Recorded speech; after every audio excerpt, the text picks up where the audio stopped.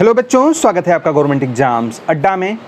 बच्चों, CBSE compartment exam का cancel होना तय है और सीबीएसई अपने ही बुने हुए जाल में फंस गई है। ये मैं नहीं कह रहा, बहुत सारे यूट्यूबर्स कह रहे हैं कि अब लगभग सीबीएसई का कंपार्टमेंट एग्ज़ाम कैंसिल हो चुका है। ना सिर्फ कैंसिल हो चुका है बल्कि ऐसी थ्योरीज़ आ रही हैं सामने जिस पे एक बार विचार करना ज़रूरी है। क्या वास्तव में ऐसा हो सकता है कि अभी भी कंपार्टमेंट एग्ज़ाम कैंसिल हो जाए और सभी लोगों को जनरली पास कर दिया जाए, चाहे जनरल प्रमोशन के थ्रू या एवरेज मार्किंग हो जाए या फिर ग्रेस मार्क्स दे करके? इसके बारे में हम बात करने वाले हैं और साथ ही जानेंगे कि अगर ऐसा हुआ तो किसका कितना फ़ायदा हो सकता है और इसके होने की संभावना कितनी है। बच्चों, आज मैं YouTube पे सर्च कर रहा था सीबीएसई कंपार्टमेंट एग्ज़ाम के बारे में और बहुत सारे लोगों की वीडियोस दिखी और थंबनेल ऐसे देखे कि लगा कि मुझे इस पर कहीं ना कहीं खुद से विचार करने की ज़रूरत है और एक बार सोचना चाहिए कि क्या ऐसा होना संभव है या नहीं। तो वीडियोस तो मैं किसी की नहीं देख पाया, लेकिन ये मुद्दा वास्तव में विचार करने योग्य है कि अगर आप बेसिक मैथ्स वालों को बिना कंपार्टमेंट एग्ज़ाम दिए स्टैंडर्ड मैथ्स का 11th में मैथ्स लेने के लिए छूट दे रहे हैं एक सत्र के लिए, तो क्या सीबीएसई एक सत्र के लिए एक्सेप्शन मानते हुए, इस सत्र को अतिरिक्त मानते हुए कि हाँ बहुत ज़्यादा दिक्कतें हैं कोविड-19 की वजह से, तो हम एक सत्र में इन बच्चों को छूट दे दें, कंपार्टमेंट एग्ज़ाम ना करवाएं और पास कर दें, तो क्या बिगड़ जाएगा? 2 लाख से ज़्यादा बच्चे आपके पास और 2 लाख से ज़्यादा बच्चे बिहार बोर्ड के पास, उन्होंने तो कंपार्टमेंट एग्ज़ाम कैंसिल कर दिया और न सिर्फ कैंसिल कर दिया बल्कि सभी बच्चों को पास कर दिया। अब उन बच्चों का भविष्य, उनको क्या करना है, उनके सामने है। वो डिसाइड कर सकते हैं कि मुझे एडमिशन कहाँ लेना है, मुझे पढ़ाई कौन सी करनी है।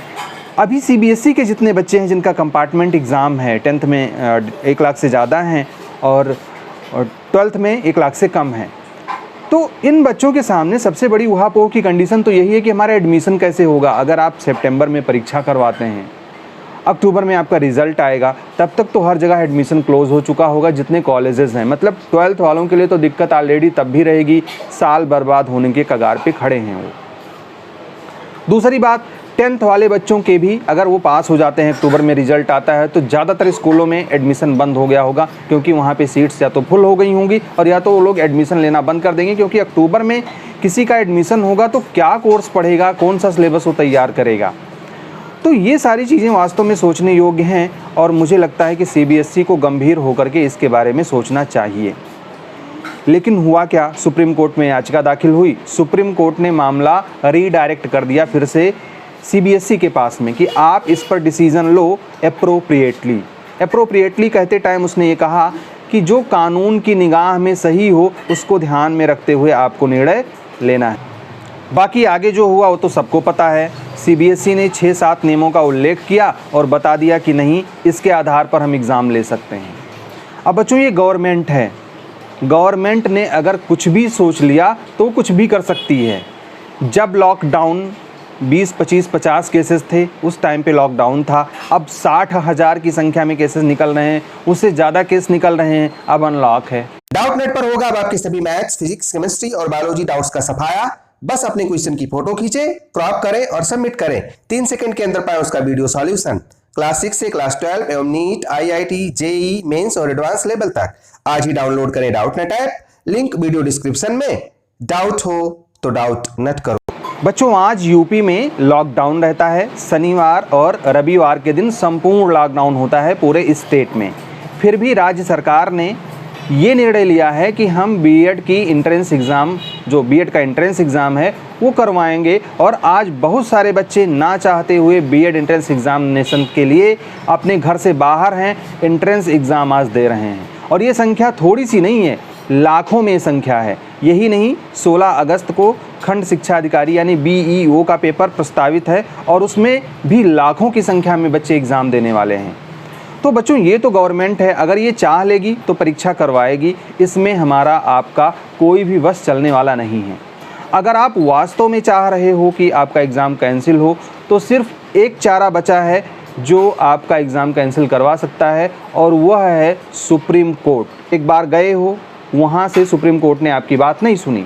अब आप दोबारा जा सकते हो कि इन्होंने आपके द्वारा भेजे गए जो आपने निर्देश दिया था उसके आधार पे, जो हमने रिप्रेजेंटेशन भेजा था उसके आधार पर ये निर्णय लिया है। और आज इस कोविड-19 की कंडीशन में एग्ज़ाम का हो पाना संभव नहीं है। अगर एग्ज़ाम करवाने हम गए, एग्ज़ाम देने गए, तो हमारे स्वास्थ्य पर इसका कितना प्रतिकूल प्रभाव पड़ सकता है, उसकी जिम्मेदारी कौन लेगा। अगर ये बात सुप्रीम कोर्ट तक फिर से पहुंच जाए तो हो सकता है कि आपकी परीक्षा कैंसिल हो जाए, या आपको जनरल प्रमोशन मिल जाए, या फिर ग्रेस मार्क्स दे करके आपको पास कर दिया जाए। अगर आप चाह रहे हो कि ट्विटर पे ट्रेंड करा करके हम परीक्षा कैंसिल करवा लेंगे, सो इट्स इम्पॉसिबल। ऐसा कुछ भी होने वाला नहीं है। आप चाहे जितना कर लो बच्चों, रियलिटी है, मैं वो बता रहा हूँ। अगर आप चाह रहे हो कि यूट्यूबर्स आपके जितने हैं वो परीक्षा कैंसिल करवा दें, तो यूट्यूबर्स की औकात आपसे भी कम है। क्यों कम है मैं बता दूं। आप एक स्टूडेंट हो, आपका वैलिड रीज़न है, आपके पास अधिकार है कि बोर्ड से आप ये मांग कर सको कि हमारा परीक्षा हमारी कैंसिल की जाए। हमारे स्वास्थ्य के साथ खिलवाड़ हो रहा है, हमारे जीवन के साथ खिलवाड़ हो रहा है। हमारे पास ऐसा कोई अधिकार नहीं है। खास करके उन टीचर्स के पास, उन लोगों के पास तो बिल्कुल अधिकार नहीं है जो टीचर ही नहीं है, सीबीएसई बोर्ड में कोचिंग खोले हैं या सिर्फ यूट्यूब चैनल वाले हैं। तो हम लोगों की औकात, अगर अब मैं अपनी बात बताऊं, मैं एक टीचर हूं सीबीएसई स्कूल में, फिर भी मैं सीबीएसई के अगेंस्ट कोई मांग नहीं कर सकता। ये उसके रूल्स और रेगुलेशंस के खिलाफ है। तो जितने यूट्यूबर्स हैं उनकी जो पहुंच है, उनकी जो पकड़ है, उनका जो इम्पैक्ट है, जीरो है सीबीएसई के ऊपर। सीबीएसई ने साफ मना कर दिया है। तो अगर आप अभी भी चाह रहे हो कि वास्तव में आपका एग्ज़ाम कैंसिल हो, तो आपको कहीं ना कहीं हायर अथॉरिटीज़ के पास जाना होगा। आपको शिक्षा मंत्री से बात करनी होगी, उन पर दबाव बनाना होगा। प्रधानमंत्री को कुछ लोग पत्र लिख रहे हैं। ये एक सकारात्मक कदम है और हो सकता है इसका परिणाम आपको मिल जाए, लेकिन इसकी भी संभावना बहुत ज़्यादा नहीं है। अगर कोई इंटरवेंशन हो सकता है, कोई सकारात्मक परिणाम मिल सकता है, तो कोर्ट के द्वारा ही संभव है और यही अंतिम सत्य है। अब अगर आप ये चाह रहे हो कि यूट्यूबर्स हमारी आवाज़ उठाएं और इनके आवाज़ उठाने से सब कुछ सही हो जाएगा, तो कितने दिन से ये आवाज़ उठा रहे हैं, कितने दिन से ट्वीट करवा रहे हैं, और ट्वीट के साथ में अपना चैनल भी सब्सक्राइब करवा रहे हैं।